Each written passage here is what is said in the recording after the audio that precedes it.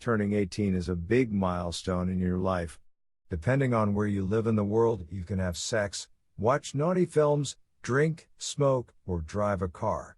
But despite being able to do grown-up things, you are not necessarily a grown-up, and the new opportunities bring with them some stupid mistakes, lifelong regrets, and some great stories. Those precocious people who run their own successful business by that age or are mature enough not to let the new and exciting pleasures go to their heads are very much the exception that proves the rule. Pope John XII was sadly not one of those people. Unfortunately for everyone else, he was not only Pope but the Prince of Rome at the age of 18. Far from taking his responsibilities seriously or getting advice from his elders and betters, John decided to use his new power to have a thoroughly brilliant time gambling, whoremongering, drinking, and hunting. He could more or less do anything he wanted, and that's exactly what he did. So read on to find out why John XII is remembered as simply the worst pope in nearly 2,000 years of the office. Number 20. He was born Octavian, the son of Alberic II of Spoleto and either his stepsister or one of his concubines. John's unusual childhood really paves the way for his short and outrageous career. Christened Octavian in circa 937, he was the son of Alberic II of Spoleto, the self-professed Prince of Rome. Alberic came to power when he defeated a vicious enemy, his own mother, the notorious Marozia, and his stepfather, King Hugh of Italy. Alberic too married his stepsister, Alda, who didn't seem to mind taking power in Rome at the expense of her poor old dad. The moderately incestuous couple had at least one son, Gregory I, Count of Tusculum, who went on to an illustrious political career. Alberic, at least, had one other son, Octavian. Whether this boy was born within their marriage is unclear, but according to Benedict of Soracte, a contemporary chronicler, young Octavian, who became John XII, was actually the son of Alberic and a concubine. Benedict may have been using the Latin concubinon to cast doubt on the sanctity and legitimacy of Alberic and Alda's marriage, but neither possibility is in Pope John's favor. Either he was the product of an incestuous marriage or of his father's infidelity with a prostitute. An unconventional beginning led to an unconventional life. Number 19.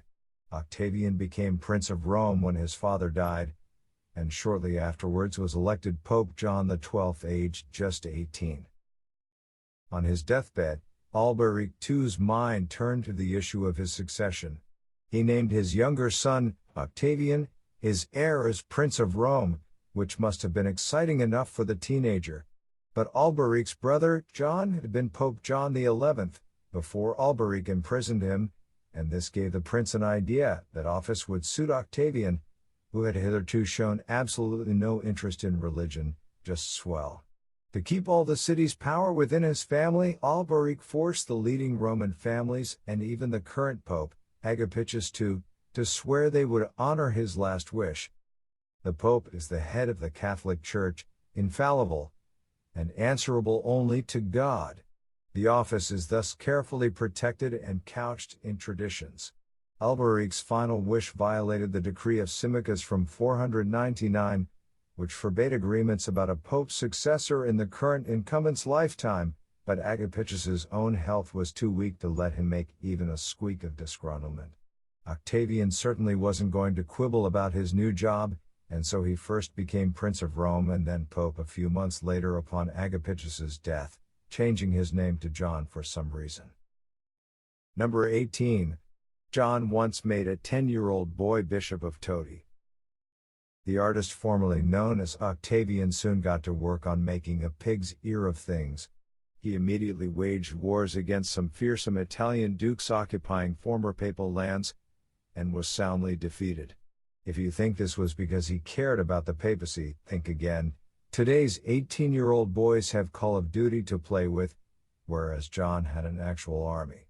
He'd shown no interest in spiritual matters before becoming pope, and he certainly wasn't about to change his mind now just because he had a silly, pointy hat on his young head.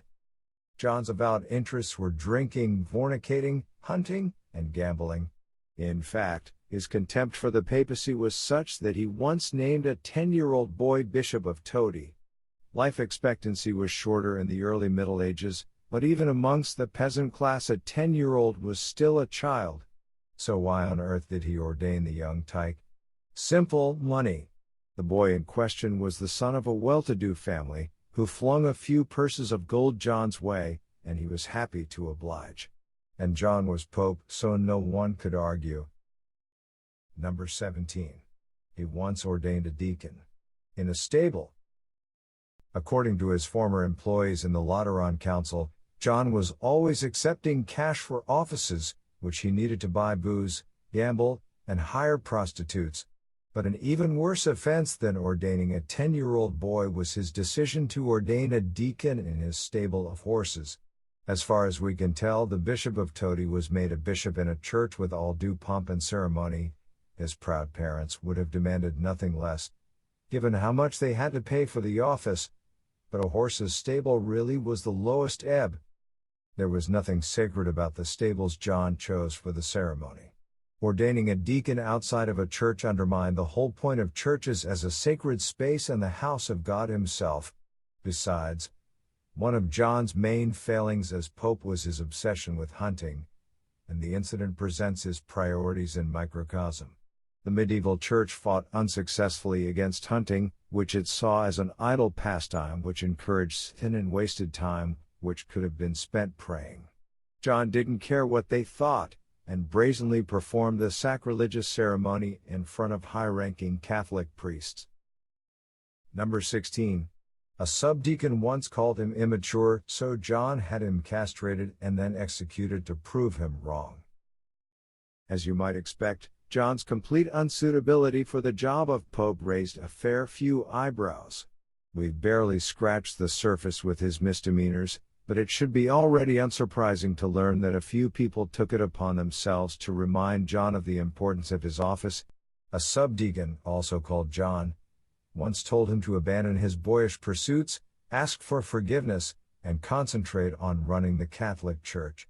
A subdeacon is many rungs below a pope in the Catholic hierarchy, but John's reaction was unprecedented. To teach the insubordinate little twerp a lesson, John first castrated him and then killed him for good measure. That proved him wrong. As pope, John also had his own confessor, a rare privilege before confession became mandatory for all Catholics in 1215. John was expected to admit his sins, beg forgiveness, and accept a penance to atone for them. Having to do so didn't sit well with a man as keen on flexing his power muscles as John.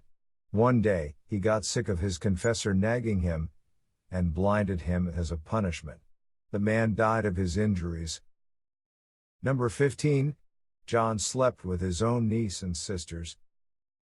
Taking a leaf out of his father's, and possibly mother's, book, John's sexual appetites were so great he didn't even stop at his own family. As pope, remember, he could do whatever he wanted without getting into trouble, at least until God came calling, but he could worry about that later. Thus it was that John grew tired of having any woman he wanted, and decided to sleep with those who were forbidden to him by all conventional standards, his own niece and sisters.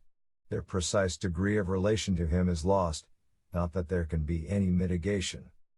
But maybe there could be. This particular crime of incest was included in an extensive list of grievances against his misdemeanors compiled by John's many enemies, and may have been exaggerated or the product of rumor and gossip. Repeating the sins of his own father has a biblical ring to it. I, the Lord thy God, am a jealous God, visiting the iniquity of the fathers upon the children. Exodus 25. The charge, true or not, also provided a handy moral lesson for everyone about the foolishness of nepotism, which gave the church such a rubbish pope. Number 14. Pope John would ask for help from pagan gods when gambling and toasted the devil when drinking. One of John's greatest vices was gambling. To fund this particularly expensive habit, he would not only sell offices, as to the Bishop of Todi, but pinch the money donated by pious Christians or simply raid the Vatican's massive treasure chest. Gambling is a sinful enough pastime for a man of the cloth, let alone the Pope, especially when funded through theft and corruption. But the cherry on the top of a particularly rotten cake was John's habit of asking Jupiter and Venus to bring him luck, rather than the Holy Trinity or a saint. Did the Pope even believe in God? Well, it's certainly clear he didn't care about Catholic theology. For he went one better, or worse, than asking pagan gods for help when out drinking, for he would habitually lead others in a toast to none other than the greatest enemy of God, Satan. Whilst most medieval people lived in fear of eternal damnation and Satan's many-pronged pitchfork, John couldn't care less. Most embarrassing of all to the Church, and especially those who elected him, was his habit of hailing Lucifer in public, setting a terrible example to his flock. Number 13. Under John's papacy, the Vatican Palace was turned into a brothel. The problem with papal infallibility, as we have seen, is that the Pope is given license to do whatever they want. This is not such a problem when a responsible man is elected, or today when the papacy has, at best, an advisory role in world affairs. But in John's day the privilege was open to abuse from unscrupulous popes, who wielded both spiritual and martial power to silence naysayers. There really was little anyone could do about John's awful behavior. He even turned the Vatican Palace into a brothel, and no one could stop him. Palaces, by nature grand and extremely big, are built to entertain vast numbers of people on important missions. In the hands of rulers like John, however, the many rooms built to house diplomats and world leaders proved just as useful for housing concubines. Rather than walk the streets of Rome to find a becoming prostitute, John instead invited an unstated number to live in his own home. His raucous friends from the gambling dens, hunting parties, and taverns could be entertained simultaneously in what must be history's grandest whorehouse. At least this kept his activities relatively private. Number 12. Under John's reign, Rome fell into ruins, partly through his own doing.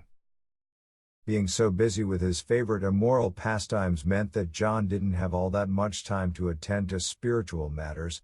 The cost of drinking, hiring prostitutes, gambling, and hunting also had a very visible manifestation. For the money John pilfered from the Vatican stores and private donations was supposed to be spent on the upkeep of Rome's ancient churches and monasteries. With no money forthcoming for essential repairs, these ecclesiastical buildings simply fell into ruin or were abandoned altogether. No doubt John noticed on his pleasure-seeking trips around Rome, he just didn't care. Rome fell into a state of dilapidation through John's negligence. But his responsibility for the rundown look of the city he was meant to protect as Pope and Prince of Rome didn't end there, for many later swore that John was a pyromaniac who delighted in burning buildings to the ground. There's no mention of churches being burned, perhaps even John wasn't that carefree, but the smoke and flames from the edifices he did burn certainly wouldn't have helped nearby damaged places of worship. But no matter, John was having a great time, even if no one else was. Number 11. John would rape women who came to pray at St. Peter's, explaining that only God knows why he did so. When entering a church, the last thing on most people's minds is sex or violence. After all, sacred places had been places of sanctuary even for hardened criminals since ancient Greece. But for a while in 10th century Rome, worshippers had to be careful when entering St. Peter's, for lurking behind the pillars was the Pope himself, ready to pounce on anyone who took his fancy and to take them by force if necessary.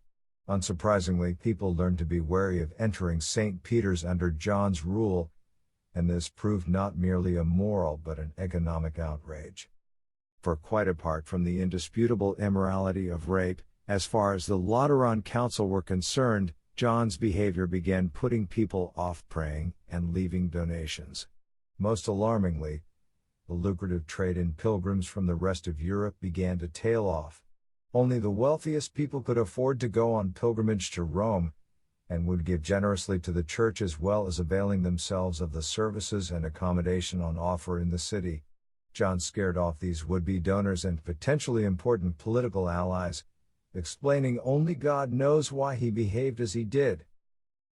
Number 10. The Pope was also fond of men, and sometimes ordered them to be procured for him. It wasn't just women who were in danger around John.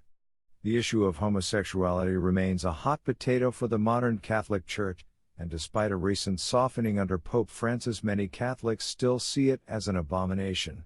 So you can only imagine how anti-gay the 10th century Church was, and how shocked it would have been to learn that Pope John XII, its head, was partial to young men hung like a mule.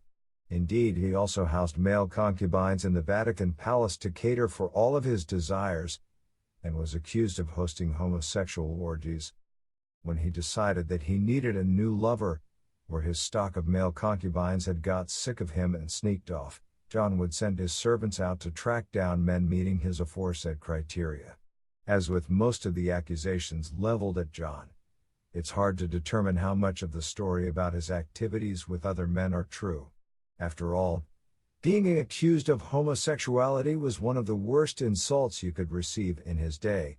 Historians have suggested, alternatively, that John modeled himself on Roman emperors, many of whom were known to be bisexual. Number 9. John once seduced a widow by giving her control of several Italian cities. Although John was content and able to throw his weight around with all and sundry, he seems to have met his match with one particular conquest. For although he could take his pick of most of the men and women of Rome, and was able to rape churchgoers with impunity, some people were just too powerful and conspicuous to be subjected to his wanton desires. He is known to have slept with 2 widows, at least according to the charges read against him, but one of these women was only seduced at a great cost. Noting his astonishing sexual appetite and megalomania, one of the widows managed to turn John's persistent advances to her advantage. As the widow of a powerful aristocrat, the woman was much in demand and held considerable influence and power of her own, and hence the Pope's usual tactics wouldn't work. Thus she was able to reject John until he gave her control of several Italian cities, without asking their permission, and the drooling Pope was happy to oblige in order to get in her pants. This particular charge rings true with the countless other accusations of simony and paying for sex. Number 8. Smelling weakness and dissent, King Berengar II of Italy invaded the Papal States in 960 AD. Events in the Holy City didn't go unnoticed. News of John's unpopularity and proven military incompetence soon reached the ears of King Berengar II of Italy, who was soon meditating an invasion. After all, Rome had been under the rule of one of Berengar's predecessors as King of Italy, Hugh, stepfather to Alberic II, not all that long ago. Berengar had actually stolen the Italian crown from Hugh, but no matter, this just proved his experience in toppling unpopular leaders. He began his campaign by attacking the poorly garrisoned Papal States, and letting John's many enemies know of his plans. Berengar was a terrifying prospect for John, who would have been about 23 at the time of the invasion in 960. Having toppled Hugh as King of Italy, Berengar had bullied his son and successor, Lothair, until the latter died, mysteriously, of poisoning. He then kidnapped Lothair's aristocratic widow, Adelaide, and tried to force her to marry him. She was only saved by a timely invasion from Otto the Great, King of Germany, who married the lady himself. Berengar had made a powerful enemy, and it was thus to Otto that John went pleading for help. Number 7. John had to ask for help from Otto, who defeated Berengar in exchange for being named Holy Roman Emperor. Otto the Great had already proved himself a formidable warrior long before Berengar made an unwelcome incursion into his life in the 950s. He successfully conquered Bohemia, beat France in battle, and generally expanded his mighty kingdom. Rescuing Adelaide and marrying her made Berengar his vassal, which the latter greatly resented. Thus John's appeal for help from Otto was tantamount to telling a teacher on a naughty boy. But Otto wasn't going to waste time he could be spending on conquering other nations on the snotty young pope for nothing. He first demanded to be made Holy Roman Emperor. John had no choice but to agree. On February 2, 962, Otto became the first Holy Roman Emperor in over 25 years, and made John sign a treaty limiting his papal power. Many of John's subjects, resentful about Germany's part in ending the original Roman Empire in the 5th century, were unhappy to see yet another German become Holy Roman Emperor, but John didn't care. Otto fulfilled his side of the bargain by soundly defeating Berengar in battle, many of whose troops abandoned their king in fear of the German giant they remembered from the 950s. Number 6. As soon as Otto left Rome, John responded by forming an alliance against the new Holy Roman Emperor. John immediately regretted relinquishing power to Otto in 962.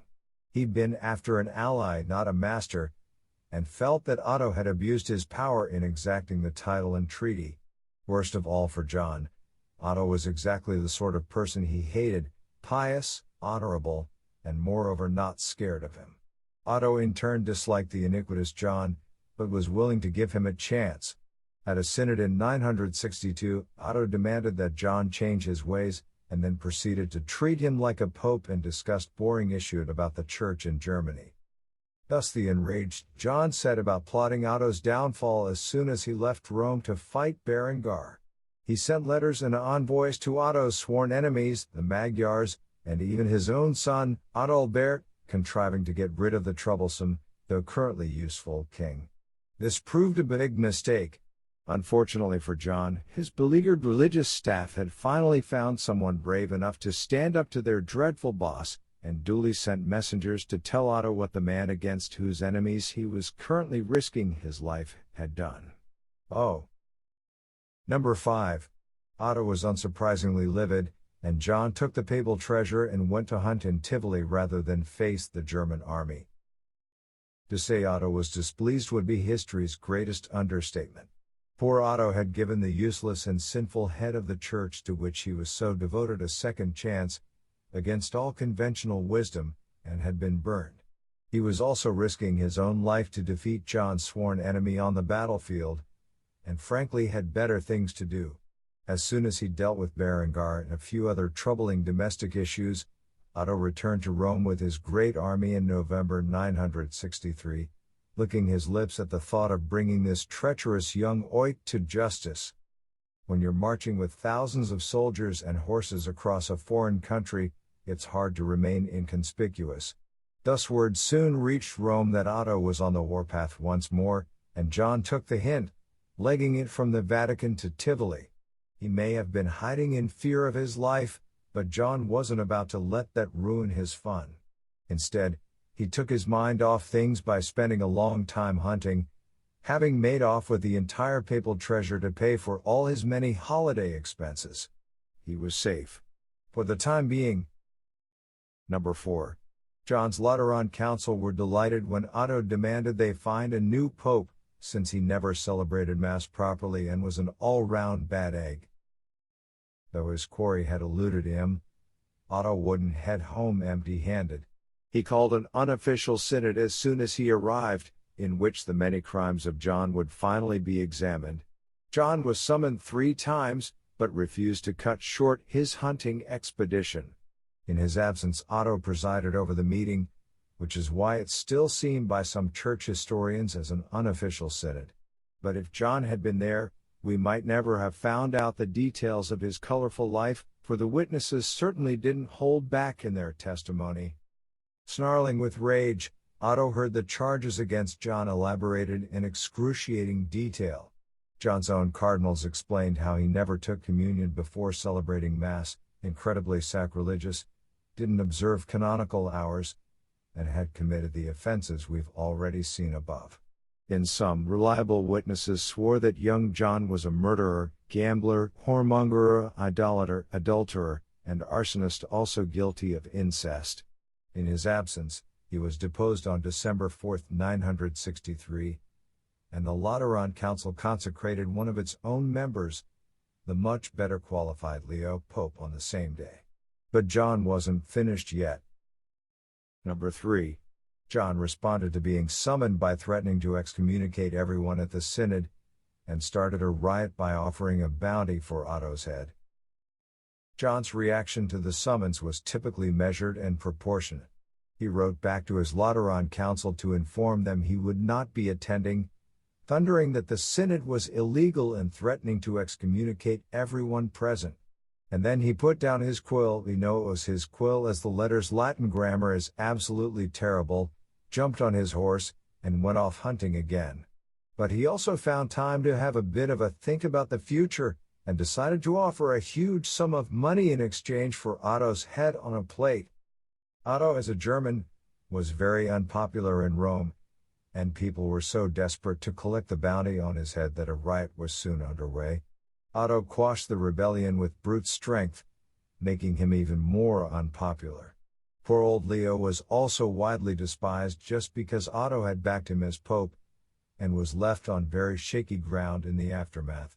It says something of John's ridiculous character that he didn't simply do a bolter with the Vatican wealth and settle in a neutral land, but instead decided to fight the older, wiser, and much more powerful Otto. Number 2. As soon as Otto left, John returned to Rome, mutilating his opponents and ousting his replacement, Pope Leo VIII. Instead of taking the more sensible course, John made preparations to return to Rome. Otto left the city shortly after the riot on January 4, 964, leaving Pope Leo cowering in the Vatican Palace, presumably now free of prostitutes. John was back in Rome by mid-January, and incredibly, despite his terrible reign as pope up to that date, the locals decided they liked him better than Otto and Leo. With tumultuous Romans hot on his tail, Leo fled to Otto's court. John now took vengeance on those who denounced him the previous December, torturing and hacking them to death. Otto's reactions hitherto are uncertain, but he can't have been happy. But what really made his blood boil was a synod held on February 26, 964. Here John excommunicated Pope Leo and, most foolishly, overruled the acts of the synod that Otto had presided over when he was given the sack and deemed it illegal. Unable to tolerate this fresh attack on his authority by the troublesome priest, Otto marched with his army on Rome, this time no doubt dreaming of having John flayed alive. John took the hint, and went to hide out in Campania that April. Number 1. Thankfully, only a few months later he was fatally injured by another man after being caught in bed with his wife. As well as keeping a low profile, John tried one last gamble. He sent Otto, Bishop of Speyer, a member of Otto's beloved German church, to broker an agreement with the king. But before Otto managed to catch up with the Holy Roman Emperor, John was dead anyway. All sources agree that he was in bed with a married woman when his 9 years of stupidity and incompetence ended. Death came either in the form of a blow from the woman's irate husband or simply a stroke, either the hand of a man or the hand of God, in other words. One can only imagine what would have happened to John if Otto had got his massive hands on him. Given his strong Catholic faith, it's unlikely Otto would have had the Pope executed, for he was content to sack John rather than arrested and slain after the Synod of 963. Nonetheless, medieval prisons were notoriously unhygienic, and so perhaps Otto would have chucked him in one and let him contract dysentery. But it's here our story ends. Pope John went out doing what he loved best, and has proved a headache for defenders of papal infallibility ever since.